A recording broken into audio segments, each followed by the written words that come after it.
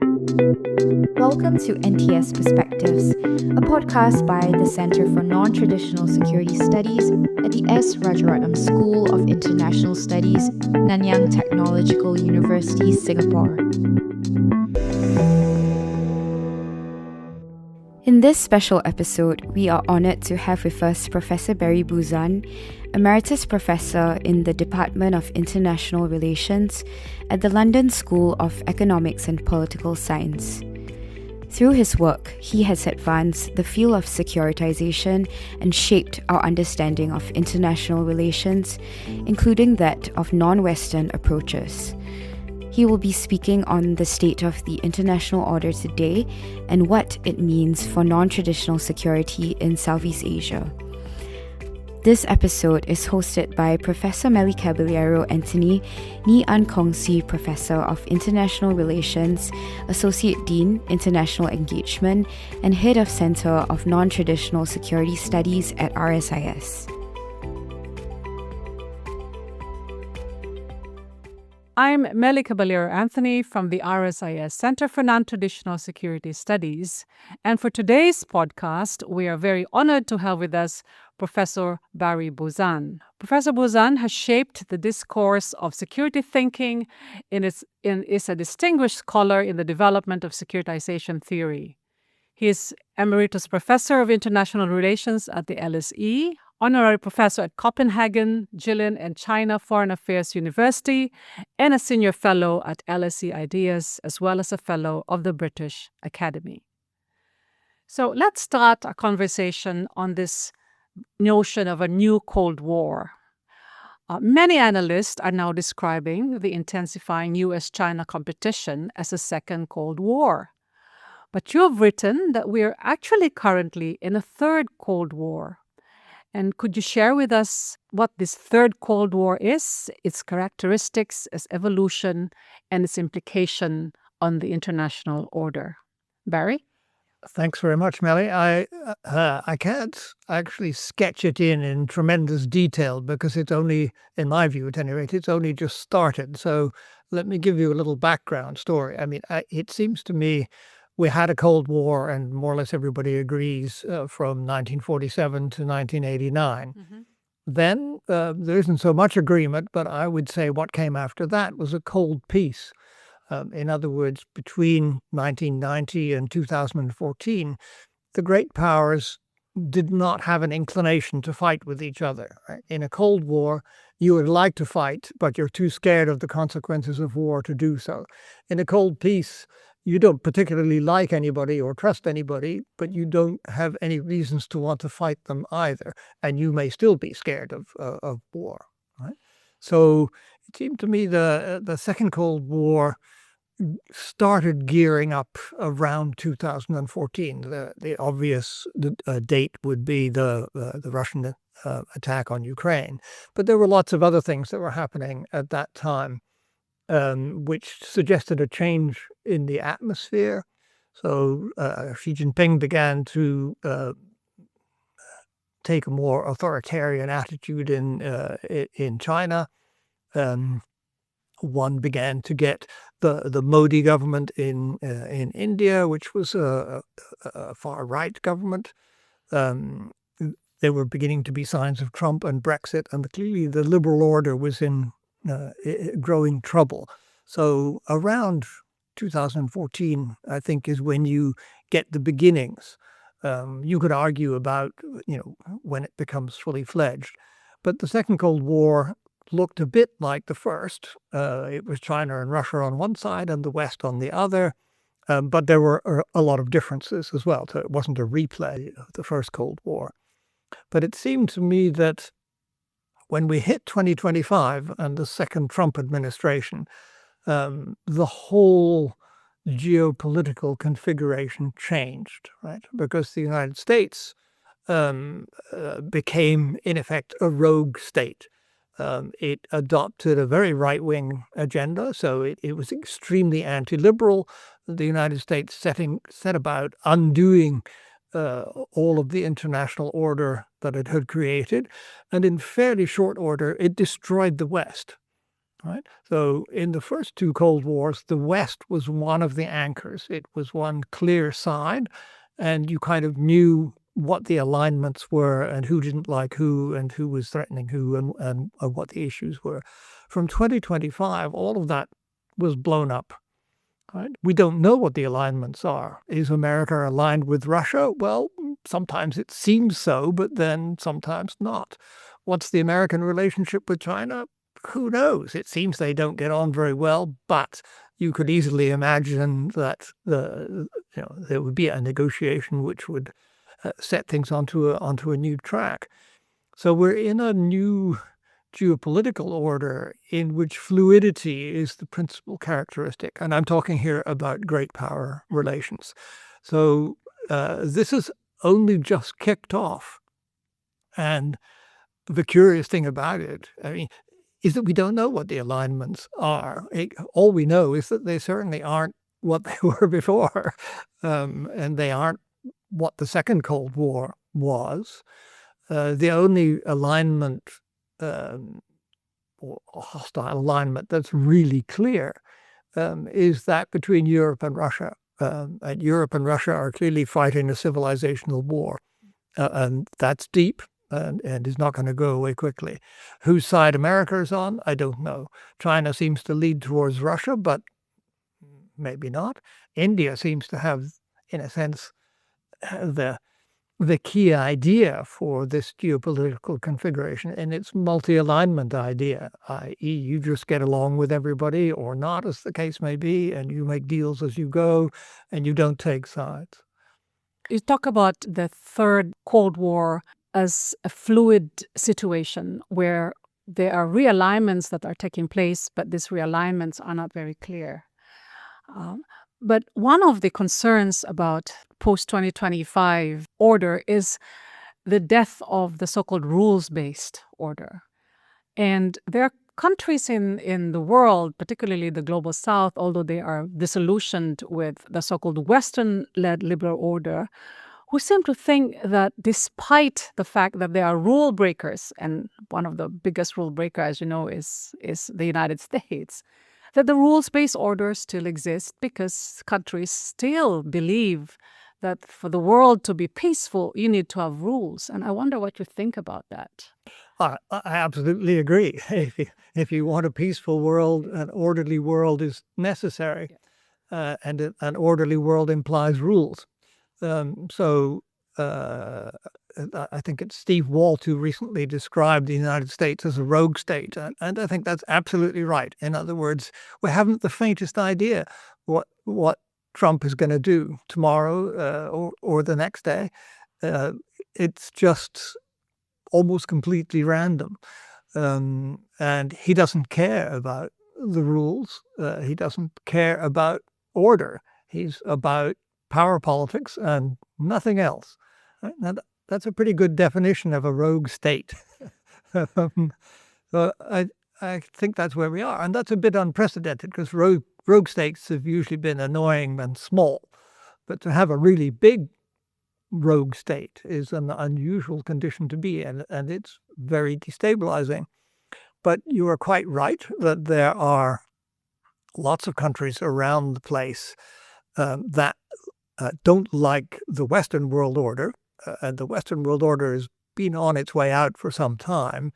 Trump has merely kind of accelerated the last phases of this. But, if you look at what people say, even the Russians like the UN because they got a seat on the Security Council and a veto, and the Chinese like the UN as well. India has nothing against international organizations, and is quite an active member in a lot of them. The Europeans are generally keen on that kind of organization because most of them are in one and feel that that's a good way to go. So, and all of this discussion, the kind of Carney type discussion about middle powers and needing to get together, suggests that there's a high demand for a rules-based order, but not the Western rules-based order. Mm-hmm. So it might keep some of the same institutions. It might not. I think this is really up for grabs and will be something that you see working itself out over the next decades, because there has always been this big question: how do you reform the existing suite of intergovernmental organizations to make them less Western centric? And nobody's ever been able to answer that question.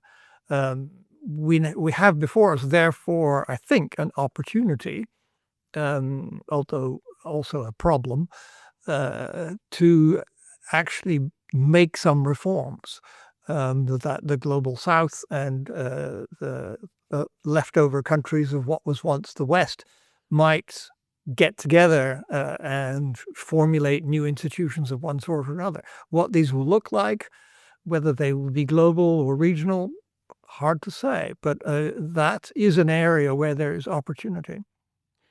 Many of the countries in the global South have always tried to bring to the core, particularly when it comes to global debates, some of the issues, security issues that is very pertinent in their own context. And some of these issues, whether it's climate change, it is pandemics, it is environmental or ecological security, are broadly described as non-traditional security areas where they offer opportunities for countries to work together because they share common interests in addressing these issues. But in light of what you have just described as an evolving order, or this third Cold War order, are these issue areas under threat?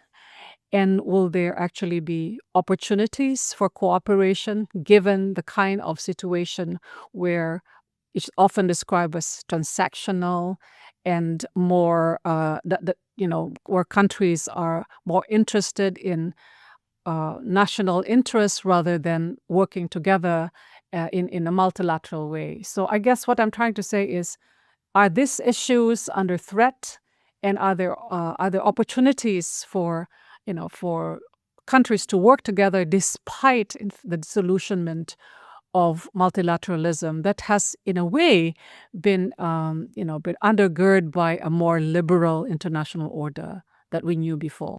I think the United States is, for the time being, out of this game. Yeah. So it's not going to play, and we just have to put up with that. So the question is, what do the rest of us do?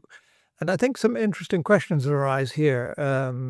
Let me be a little bit provocative in the sense, you mentioned the global South and their particular set of security concerns, et cetera, et cetera. It seems to me that there is now quite a lot in common between what the global South is concerned about and what the Europeans are concerned about. But the global South is by and large still treating Europe as part of the West, which no longer exists, and continuously pillorying it about, centuries ago, colonialism and racism and all of that. If that just goes on, then big opportunities, I think, for cooperation are going to go missing, because there's, as a center of wealth and power, Europe is amongst the biggest that is interested in a rules-based order. Right? So those who are interested in a rules-based order, whether it be China or India or Europe, I don't think Russia is interested in a rules-based order either, but a lot of people in the global South are. They need to start talking in a civil way to people they haven't been talking to for a long time and get out of their heads that the West is still a player here, because it isn't. Right? I mean, if you live in Europe as I do, if I can count Britain as part of Europe for these purposes, then the sense of breach across the Atlantic is really strong. Trust has been shattered, and it will take a long time to rebuild it, if it can ever be rebuilt, because we don't know what the United States stands for, and the United States doesn't know what the United States stand for. So either it's going to stand for something awful and more or less fascist, as under Trump, or it's going to oscillate ridiculously, as like between Biden and Trump and back again, and therefore have no stable policy. So Europe has always been seen as a normative power. And in fact, in Southeast Asia, EU is seen as an inspiration, not a model, but an inspiration as to how norms can actually sort of smoothen the more realist consideration of, interstate relations, focusing on, shared values, shared norms. So what do you see the prospects of Europe and regional institutions in Asia, for example, Southeast Asia, working together in these issues? Do you think this is a new way to sort of manage the kind of geopolitical fragmentation that we are seeing, especially in light of the lack of interest by the United States to actually play by the rules or even engage in some of the issues like climate that is very important in the European agenda? So is this an opportunity for Europe and Asia to come together? I think it should be, but whether it will be or not is a more difficult question. Europe, I see in this third Cold War, Europe is in a really, really difficult position, right? Because both Russia and the US are playing into its politics, into the domestic politics of all of its countries in an extremely hostile way. So basically, they are supporting far-right parties in most European countries, and almost all of those far-right parties are extremely hostile to the EU. Right? So should the far-right get into power in Europe, the EU will disappear and Europe will fragment and will be just gobbled up. It will be, however it was that Mark Carney put it, if we're not at the table, we're on the menu. You're going to be eaten. We're going to be eaten by Russia and the US. I don't think it would be a big advantage to China to see Europe disappear in that way. But it is a real danger, and it seems to me, I may be being a little extreme here, but it seems to me there's very little, perhaps no middle ground option for Europe. Either it pulls itself together and puts on a reasonably good show of being a great power, which is difficult for it to do, or it falls apart and is eaten up by the other great powers and ceases to be, in a sense, a player. In my view, that would be a terrible tragedy, but I think it's a real possibility at the moment, although the European leaderships, by and large, understand what needs to be done and are willing now to spend more money on defense. And this is quite good for repairing all of the damage done by Brexit, because Britain is quite good at alliances and defense stuff, particularly if it's against Russia. So Britain is able to take a strong role in all of that and has been doing so. And this is repairing some of the damage. But I think of this as quite touch and go. So if I could turn to something personal, one of the seminal work that you have produced is Security: A New Framework for Analysis, that has been a required reading for most international relations and international security scholars. That was in 1997? 98, I think, is the publication date. Yeah. If you were to look back at what you wrote almost 30 years ago, sorry. Yeah. If you were to look back and say, if I were to dust off the book and if I want to rewrite or write another volume, would it be the same or how would it be different? We'd be interested to find out your reflections on your earlier work, given the current state of international politics. Okay, well, the first thing to say that securitization theory is not mine, right? Securitization theory was made by Olav Eber, and you can see that very clearly in the publication record. So before that book came out, he was already writing about securitization theory, and I was not, okay? Mm-hmm. So that part of it is his. My contribution to it was sectors. I started looking at things in terms of military, political environment, etc. And the book started life as a much bigger project, which was bound up with what later became regions and powers, the kind of look at the world through that lens. But eventually, what became the 98 book, we did separately. It was clearly impossible to cover all of this ground.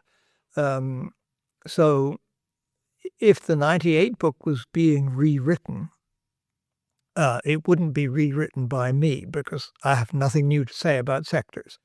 Right? Okay, so the examples might change and all of that. Ole Weber might well have more things to say about securitization theory. Securitization theory was outside my expertise. Right? I knew nothing about language theory and all of that sort of stuff, and wasn't particularly interested in it. But it struck me as being a very valuable way of rethinking the whole security dialogue. So I put my weight behind it because I was working with him at the Copenhagen Peace Research Institute at the time, and my remit was to raise the profile of that institute and of Ole in particular, because he was a younger scholar than I was then. So that's what I was. That's my part of that book. So one would need to look to his work and all of the kind of huge secondary literature that has come up about the Copenhagen School and about securitization, which, to be frank, I have not really followed because it's most of it is in areas of theory that I know relatively little about. So the long and the short of this is that I get a lot more credit for securitization theory than I should do. I helped out. I put in one or two, I think, good ideas. Macro securitization was my idea. But basically, securitization theory is his. Yeah, but nevertheless, the value of securitization perhaps is it allowed for an understanding of the various security concerns by different, the different countries, different communities. In a way, having an organizing concept or a systematic way of sort of framing something as a security issue was useful in terms of trying to convey the idea, at least to the wider community, that many of these concerns that other people or other communities are worried about is really an issue of security for them. And one of the the issue areas that has come out recently is really the security implications of climate change. In fact, there's so many things now. There's climate security, there's climate peace and security as an agenda. But given again, going back to your notion of a third Cold War, to what extent do you think climate change will continue to be treated with such urgency as it is being treated now, at least in the international fora, or is it going to be one of those issues that will suffer the fate of many other things in light of the developments in Washington and the impact of that on how states basically interact when it comes to pursuing a transactionalist form of diplomacy or international relations? If I'm being very frank, I think I would argue that at this point, unless climate change can be securitized, we're in deep trouble. I'm going to say some things now for which I have absolutely no evidence, so people can, assess them as they will. But it has always seemed to me, and I can't prove it. It could be proved, but I haven't done the work. It has always seemed to me that certain kinds of things are much easier to securitize than other kinds of things. And particularly things that human beings do directly to each other are very easy to securitize, right? So take the war on terror. I mean, if you look at the war on terror in material terms, it's trivial. It's a few people getting killed here and there. It's a bit of disruption here and there, but it's basically quite trivial. And yet the securitization of it has been absolutely massive, enough to fund the whole global war on terror, and it's just something that you can use as a trigger to securitize very easily. Climate change, not so easy. Nobody, to my knowledge, has ever tried to securitize, the risk of the planet being struck by space rocks. Now, the chance of that is not zero, and the consequences are very big, and that's very easy to prove. But nobody cares. It doesn't get securitized. We are not spending, trillions of dollars building defenses against space rocks.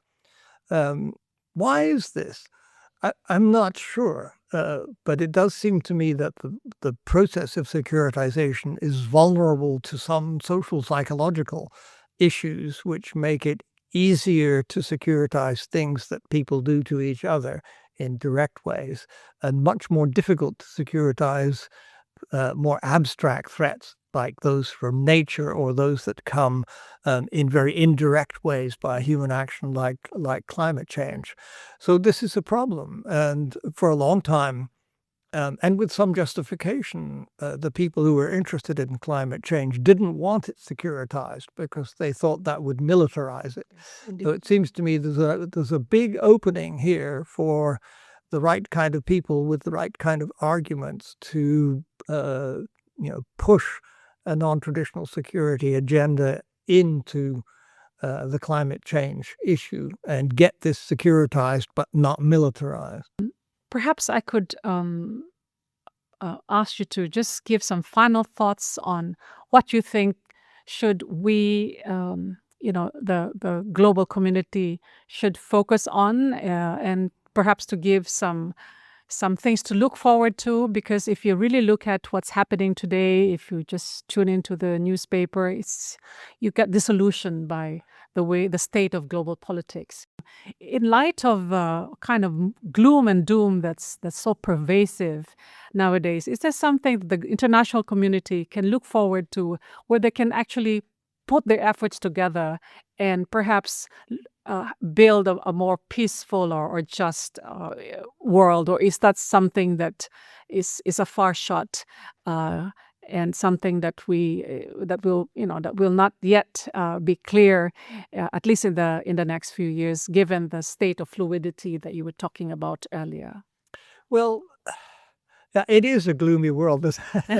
There's no getting around it. And for those of us who prefer peace, order, and justice, things have gone very seriously downhill in the last little while, and that doesn't look like it's going to go away soon.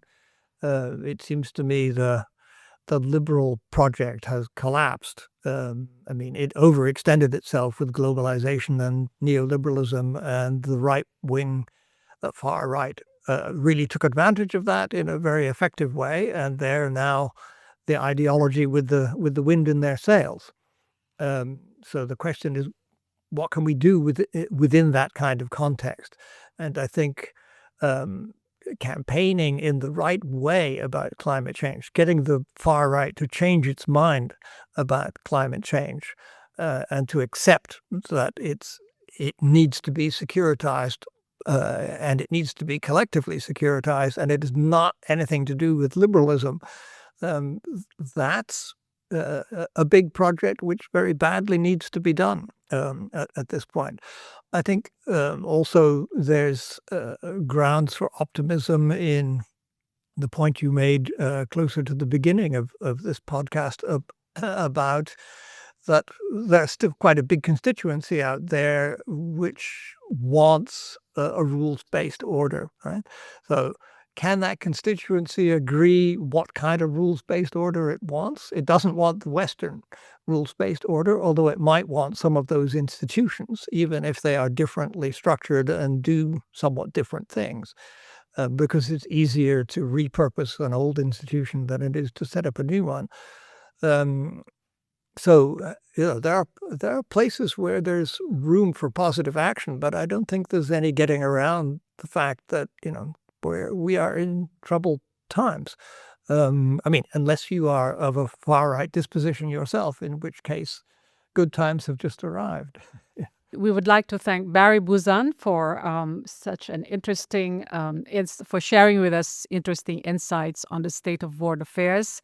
I'm glad that despite the gloom and doom and some of the earlier prognosis about the third Cold War, that you still think that there is opportunities, there are spaces for countries to work together, and it's not entirely gloomy, that there will always be hope for as long as people who are interested will continue to work together. So on that note, thank you very much, Barry. It's been very useful. Thank you for your questions.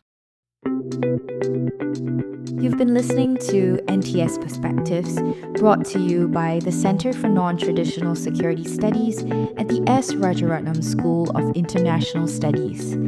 Thanks for tuning in.